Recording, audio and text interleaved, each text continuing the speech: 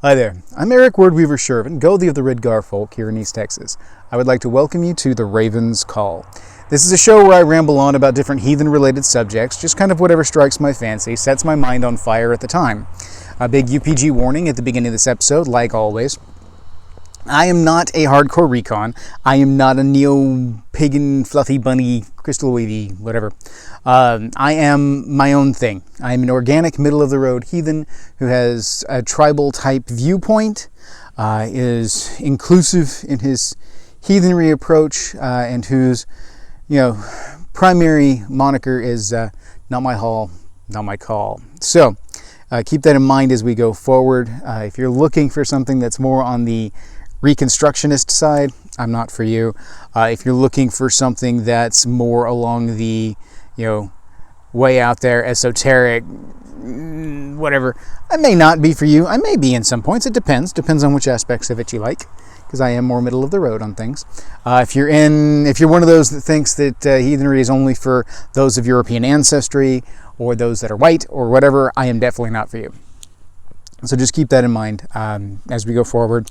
I got my last video that I put out last week was that tips and tricks for newbie heathens, heathenry FAQ for newbies, and that was an interesting. Sorry, this chair is sinking in the sand and it's driving me nuts.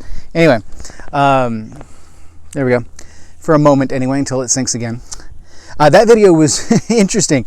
It took off like gangbusters. It definitely reached its peak activity relatively quickly, which was surprising, given that, my last couple of videos had performed somewhat poorly. And I guess it hit the right, clickbait buzz terms in the title this go around. And then it got like 3 thumbs down within the first hour of it being out, which is probably the fastest I've ever gotten 3 thumbs down on a video. So it was it tripped me out. It was very apparently polarizing. Well, not very polarizing. Most people enjoyed it. But at least it was somewhat polarizing. And that was fun. But so today we're going to venture into another viewer request subject. Now, this one is from a gentleman named Joshua who wrote into the group and asked some very specific questions.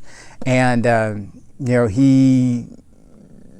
he had asked, he's got more of an Anglo-Saxon bent on his heathenry, which typically when I'm talking to people who are of an Anglo-Saxon bent, they tend to be more on the hardcore Reconstructionist side, which is fine. I have no ill will towards Reconstructionists, none. I have mad respect, not a problem. It's just not my approach, that's all. So, cool, absolutely fantastic, cool. I am not a Reconstructionist, so I can't necessarily answer things from a Reconstructionist standpoint. He didn't say that he's a Reconstructionist in his question, but he did hint at the whole Anglo-Saxon side of things, which tends to lend itself more to more Reconstructionist approaches. So I'm going to give you my answer in the way that I've got it, but there are other avenues where if you want a more Reconstructionist approach, I recommend seeking out someone who is more of a Reconstructionist bent themselves. Now, I find that a number of, especially within the Anglo-Saxon side of things, a number of Thadesmen tend to be more on the Reconstructionist side of things. Theod is spelled T-H-E-O-D. Theod is where you'll see it. It's usually pronounced Thade or Theod. Most of the time it's Thade, or Theodism is the name of the approach. And Thade effectively translates to folk. It just means a people. And it is basically this approach that is, it's not even necessarily Anglo-Saxon in approach, but I find a number of Anglo-Saxons find a home within Theodism. Actually, the buddy I have that's a Theodist, a Thadesman, is on the more Bronze Age Scandinavia, like pre-migration period kind of stuff. So it's fascinating.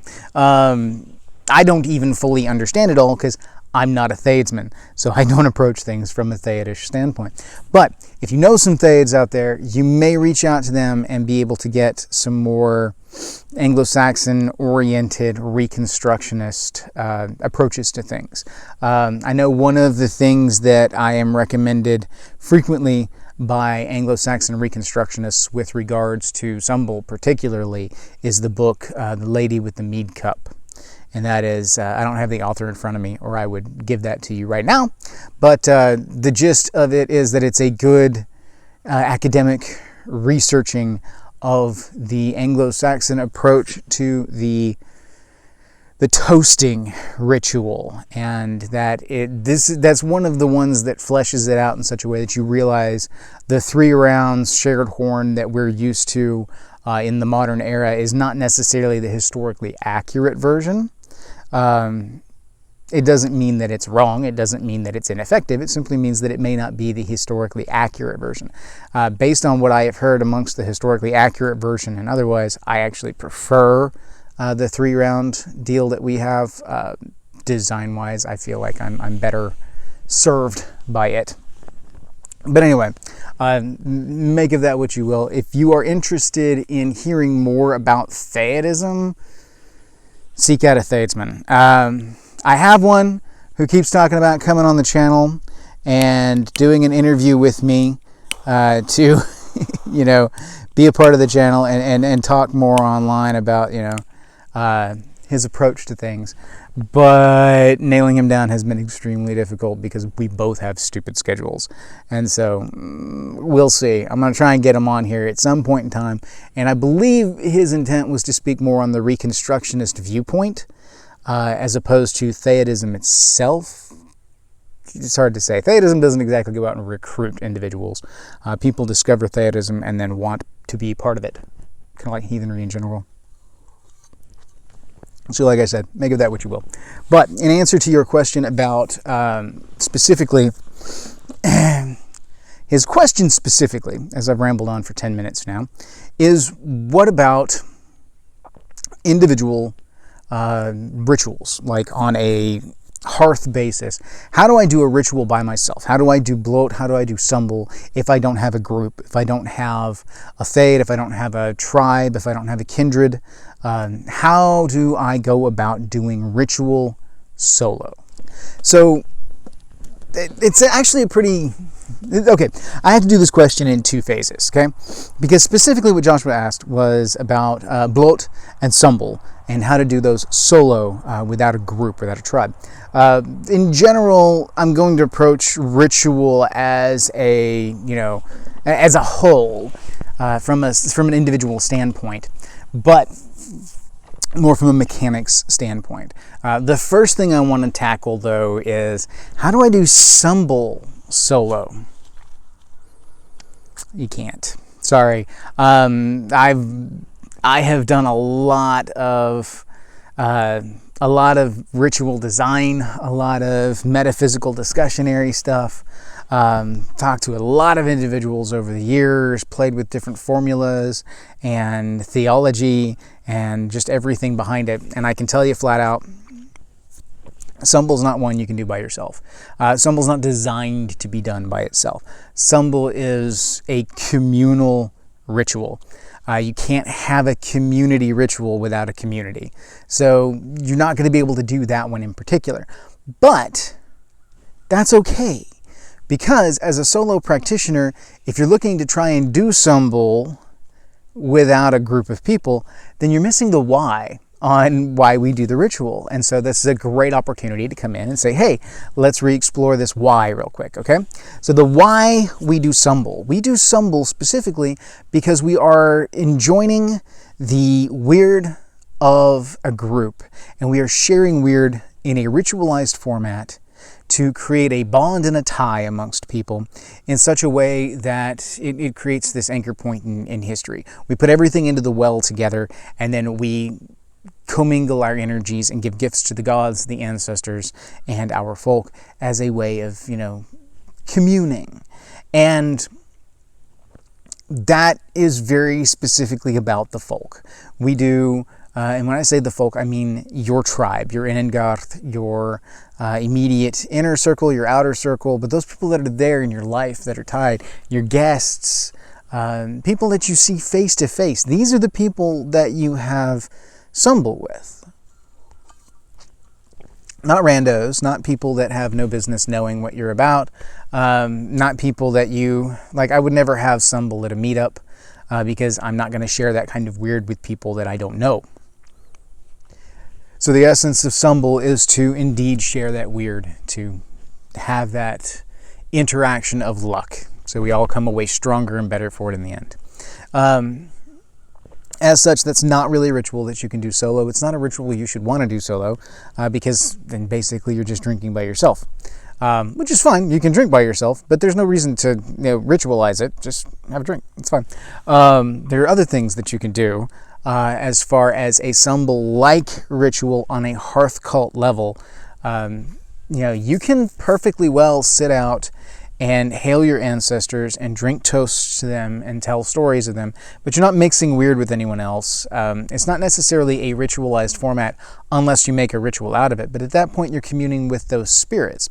And most frequently that gets into our second category here, which is Blót. So let's talk about Blót as it pertains to solo practice. Now, Blót itself as a functionality, whether you're doing it as a life blood sacrifice or if you're using a stand-in symbolic sacrifice, or if you are it's a real sacrifice. It's not a symbolic sacrifice, but you're just not using blood. You may be using mead, you may be using ale, wine, something of a libation type approach. You may be using food, you may be using things that you've crafted, things that you've written. There's any myriad number of things that you can sacrifice in a ritual Blót. Some people will only reserve the term Blót for blood sacrifice. I am not one of those. So if I say Blót, know that I'm talking about sacrifice in general, not just blood sacrifice. I also will sometimes use the term feigning, which does come from an Anglo-Saxon root that means to celebrate functionally. And that's effectively what you're doing, is celebrating this sacrifice and this relationship with these particular powers that be with whom you are interacting. Now, the why on Blót is that you wish to give gift, you wish to give offering to a specific power. Be that the ancestors, be that the spirits of the realm, be that the gods and goddesses on high. The essence of Blót is that you are giving offering to them in hopes that they will repay that offering with the blessing of luck. So that's why we do that. We do that to build relationship with the unseen forces. We do that to exchange energies and luck. We give a piece of our luck to them, and then they grant us with luck in return. And we hope that the luck that we gain from them is enough to bolster us so that we may go forward and do even better than we were doing before, so that we can bring that luck to bear and turn it towards good things for ourselves and our people. So this is definitely something that you can do by yourself. You don't necessarily have to have a group. Now, I find that ritual in and of itself is more effective in a group. I think that as far as garnering the attention of the gods and goddesses as a whole, a tribal level interaction garners more attention than an individual one. But these are the gods, and their power is beyond our understanding. So it is entirely possible for an individual to gain the sight, the attention of the gods, at least in my view it is, and to be able to give them offering and ask for a blessing in return. I feel this way because I feel like I have done it myself in the past and had decent results. I was a solo practitioner for a long time before I built my tribe and developed everything into what it is now. So for a very long time, I was doing solo work, or doing at least Hearth cult work. And so I've got some fairly interesting experiences from all of that, and can tell you, yes, solo work can be extremely effective as long as you are paying attention to why you're doing what you're doing and making sure that you are actually doing what you intend to do, mechanically, metaphysically. Sometimes it takes some thinking things out and re-examining your modus operandi, your approach to the ritual, because you may think that you're having an effect only to find out you're not. So, when it comes to Blót, when it comes to feigning, when it comes to sacrifice, the basic mechanics are the same, especially for a solo practitioner as it is for a group. When you're in a group, of course, you're going to involve some extra things, like probably a Blót bowl and Blót, which is simply, I don't have all the evergreens on my property, I don't have one right behind me. Oh well. Usually it's an evergreen sprig, pine needles, or I use cedar more frequently than anything else for various reasons. And you will use that by dipping the cedar, or the tine. Usually it's needles of some kind because it gives a good whisking. It'll catch that liquid and allow you to whisk it out as a blessing.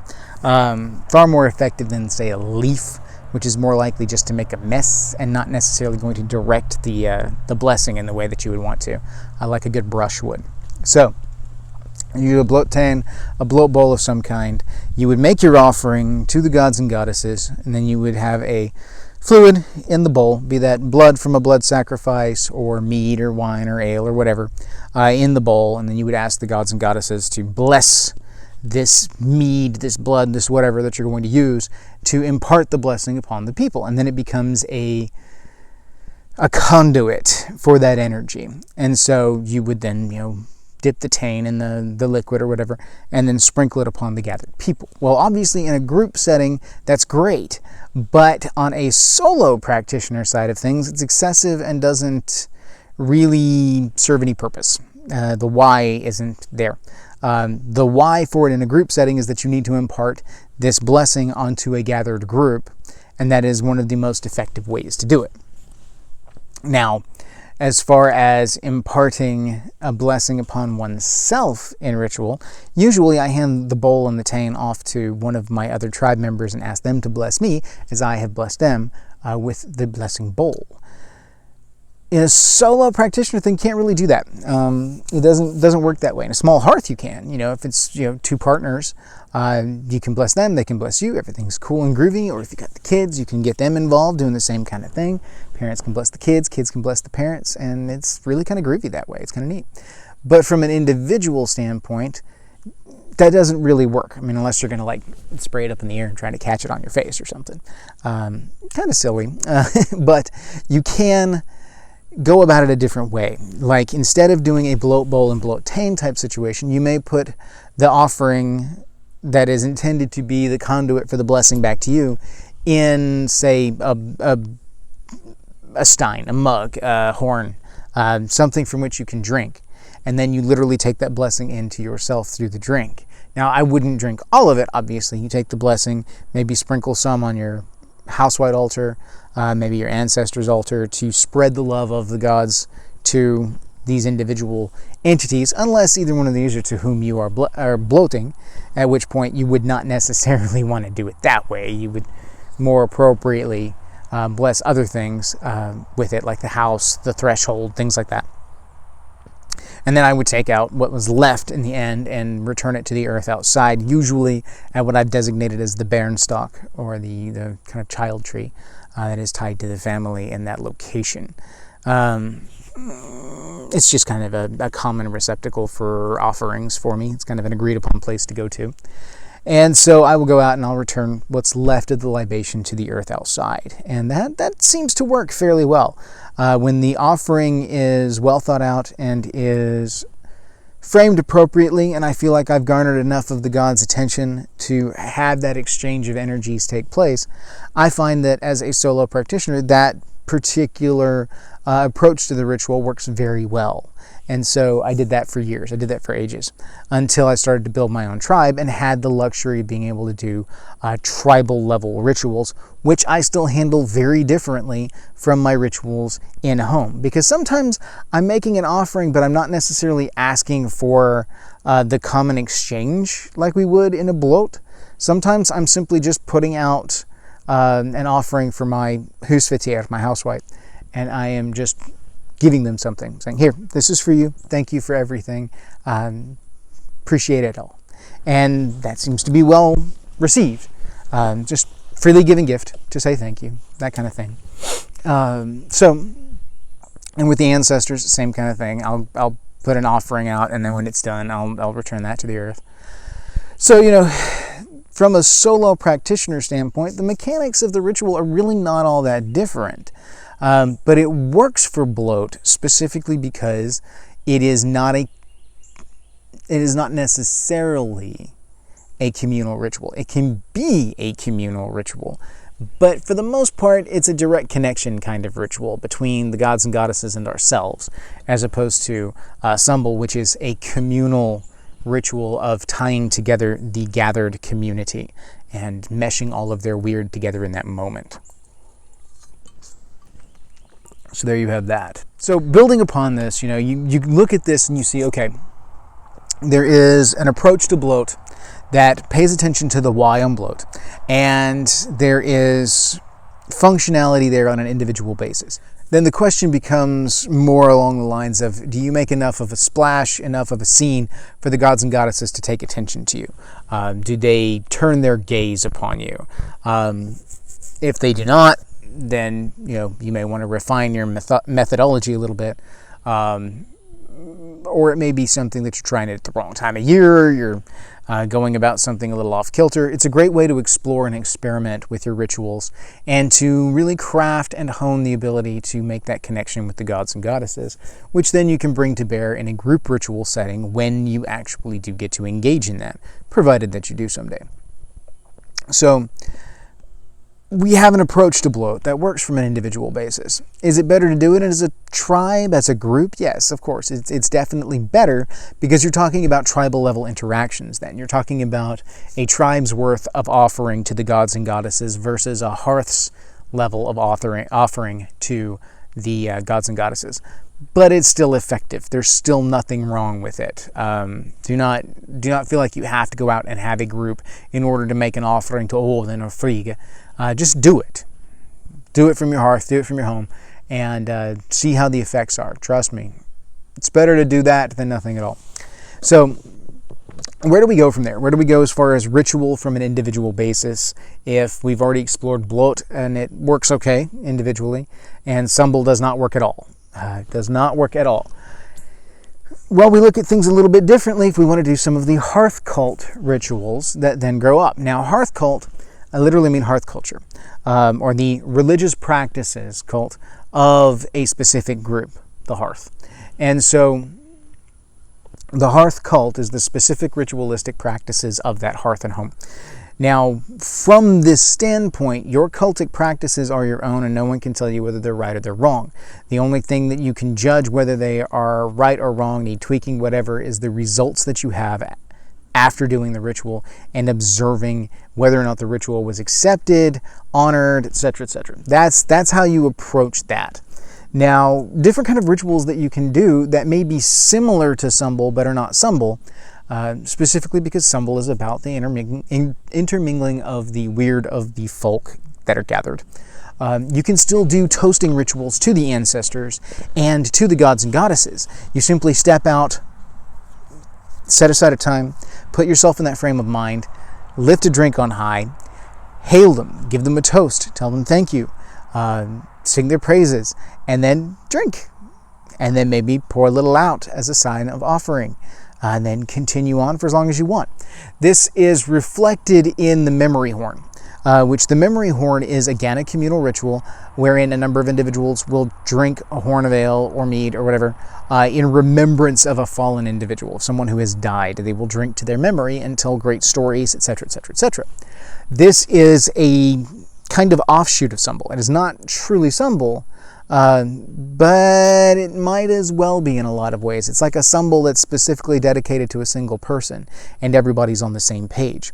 So extrapolating from that, how to work that ritual basis, what actually is occurring there, where the exchanges are taking place as far as luck and weird goes, you can extrapolate that into other individual practices within the home, such as stepping out and giving, a toast to the ancestors and then drinking one in their honor, pouring out a little bit, or setting a beer up on the ancestor altar and then drinking one as a sharing of a drink with the ancestors, and then trying to utilize that moment to build that connection. And so I really see a connection there, a parallel in a lot of ways to what we would see as Sumbel, but not a Sumbel. You are communing and it is toasting, but it's not truly Sumbel. And it is not a communal practice, because the why on Sumbel, keep in mind, is to mingle the weird and luck of the group. Whereas this one, you're specifically trying to honor a specific individual or a specific power that may be.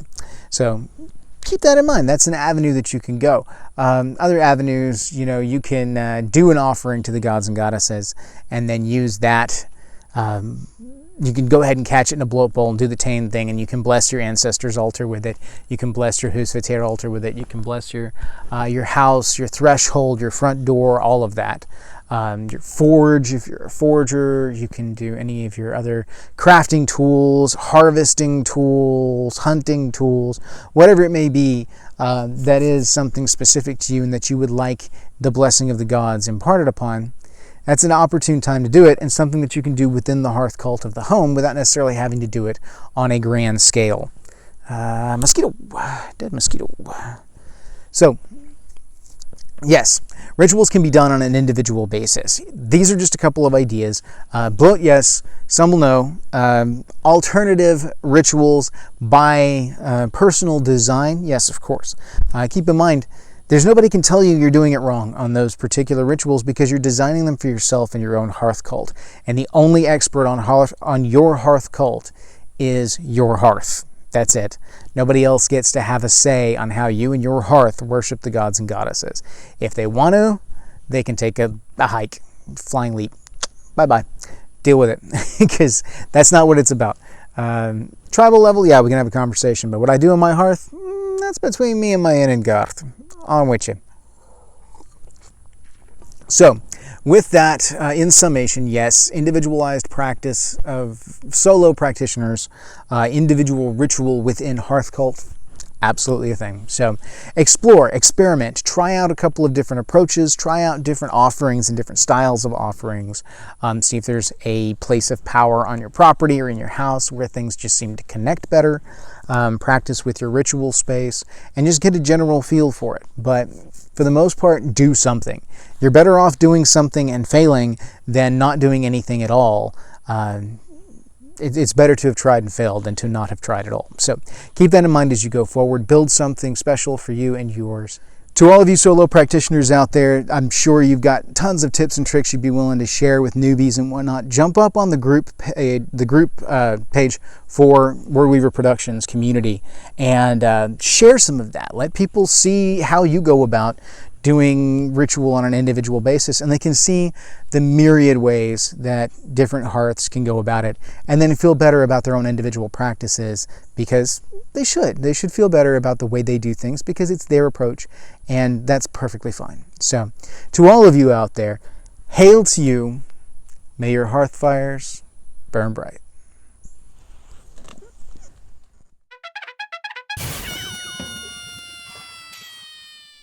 Oh, that worked. Clicker. Yeah. Okay, long week, people. I am tired. I'm kind of out of it, and I've got a lot on my mind, so I may not be my normal bubbly self today, but that's okay. We'll continue on. It's what we do. So, here's the deal. This is one of the Drew estates. This one is the Nica Rustica again, the belly, which is the bellicoso. Yes, see, it's got closed foot. Normally it comes down to a torpedo end. I've already clipped it. I like it. Good full body, nice smoke, nice flavor. So we'll get this lit, shall we?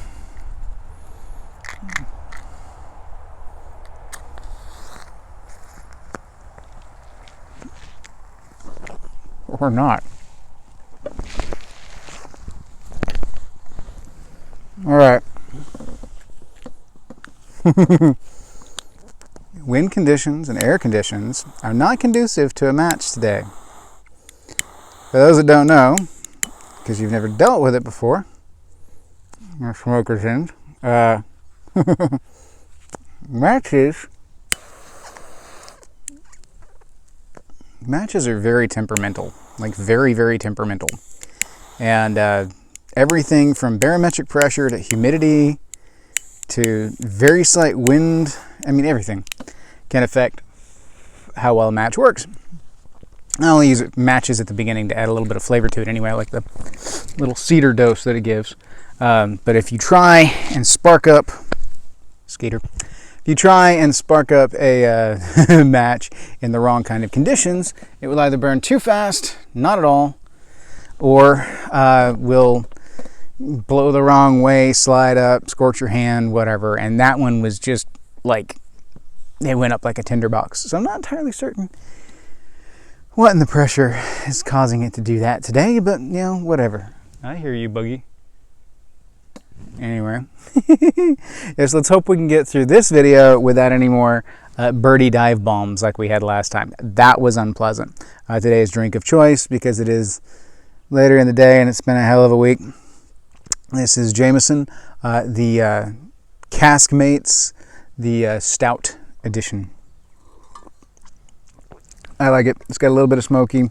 It's just this side of a Scotch while still being a straight up Irish whiskey. I do prefer my whiskeys Irish.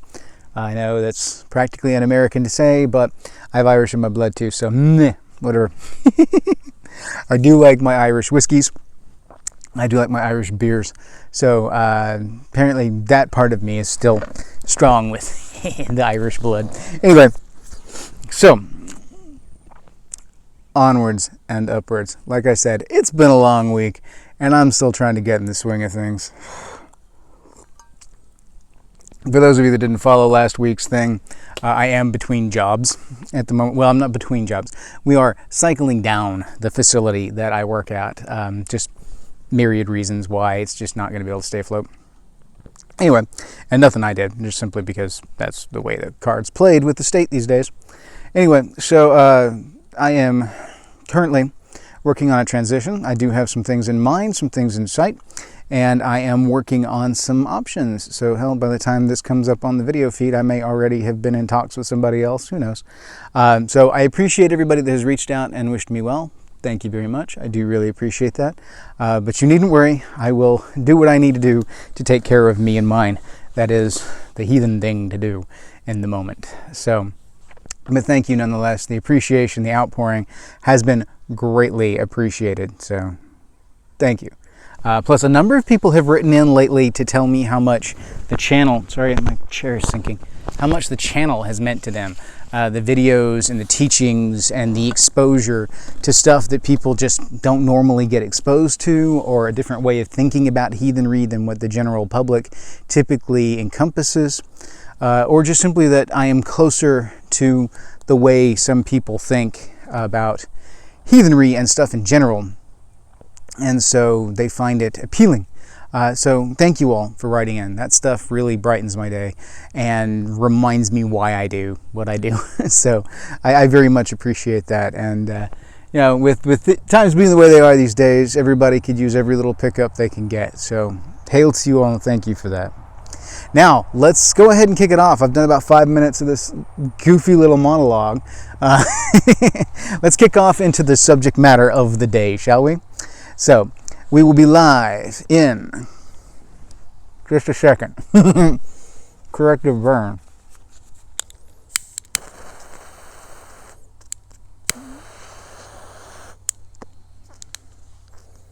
This one's kind of loosely packed, so I don't know how it's going to burn. We'll see long term. And then I'm like, at any given moment, I feel like this chair could completely flip backwards. Like, it's actively sinking as I'm sitting there talking about it. It's because I live on a hill of sugar sand. So everything is sugar sand. Everything is. And so it's just, you sink up to the ankle sometimes just walking through the field. If anybody's ever lived in Texas sugar sand, you know what I'm talking about. So, we're live. If I cannot fall on my face. 3, 2, 1. Let's jam. Pause. We're going to pause real quick because I've got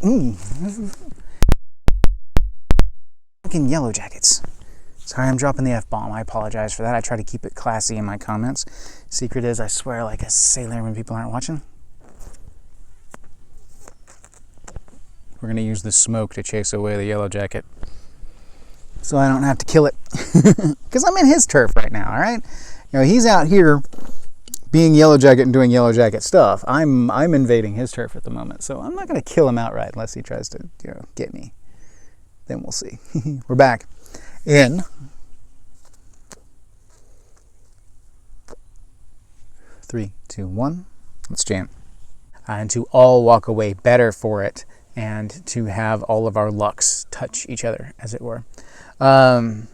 So, pause. Maybe we cut out the line about our lucks touching each other. That just sounds wrong. Sounds like a key party. Like, no, that's not what it is. Stop. Okay, we're back in 3, 2, 1. Let's jam. Furthermore, pause.